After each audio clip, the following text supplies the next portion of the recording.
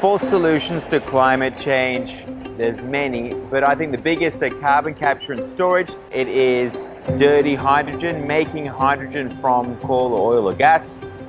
It's dodgy carbon credits that don't represent real or additional abatement. Those are three of the biggest false solutions that we're seeing. And then there's the overarching one that somehow natural gas is part of the transition when really it is the problem. The problem with net zero is the lack of integrity. Firstly, the accounting, the transparency isn't there.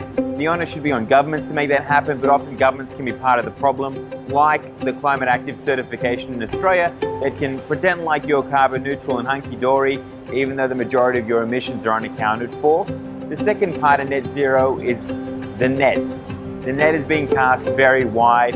So what you're seeing is that companies that should be decarbonising, that should be reducing emissions, instead of just going for cheap credits that don't necessarily represent real abatement.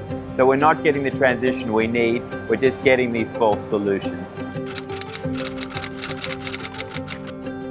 Carbon capture and storage has been a very, very successful policy for delaying climate action. It's been very successful in marketing fossil fuels as potentially continuing indefinitely. Right, this whole idea that somehow you can bury the CO2 underground in geological storage sites is a myth. It doesn't really work, either the economics or the mechanics of it. If you look at the largest CCS project, which is in Australia, the Gorgon site, northwest of Australia, it's never been fully operational. And for the first 3 years, it didn't bury a single ton. And the worst part of CCS is that it keeps failing upwards. You continue to see more proposals come forward. You can see more government support for carbon capture and storage, when at the end of the day, the majority of CCS projects that exist around the world are for enhanced oil recovery. CO2 down, oil up, that ultimately can have a net increase in emissions. And the second thing just to note, carbon capture and storage, it's failed to meet every target. Every target set for it by the International Energy Agency or the Intergovernmental Panel on Climate Change or locally, it's failed. And so we need to draw a line on this and actually realize this is a false solution and we can't be entertaining any more fossil fuels. The biggest barrier to keeping global warming to 1.5 degrees is we keep opening up new fossil fuels. Right? The International Energy Agency is crystal clear. There's no more room for new investments if we're going to keep global warming to 1.5 degrees.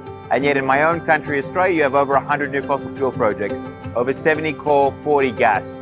If there is no more room, then we shouldn't be opening it, and that should be a key topic here in the UN, and it's not.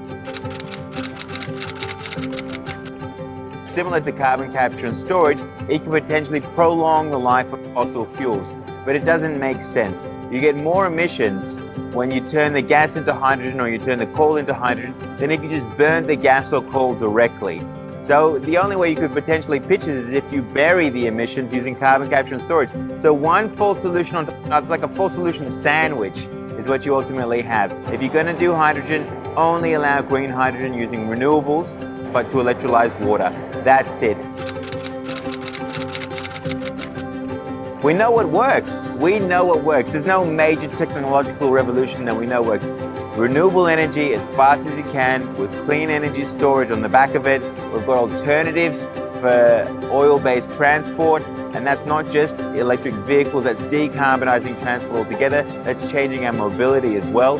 So there's all the solutions exist right there. All we need to do is invest in it and stop growing the problem.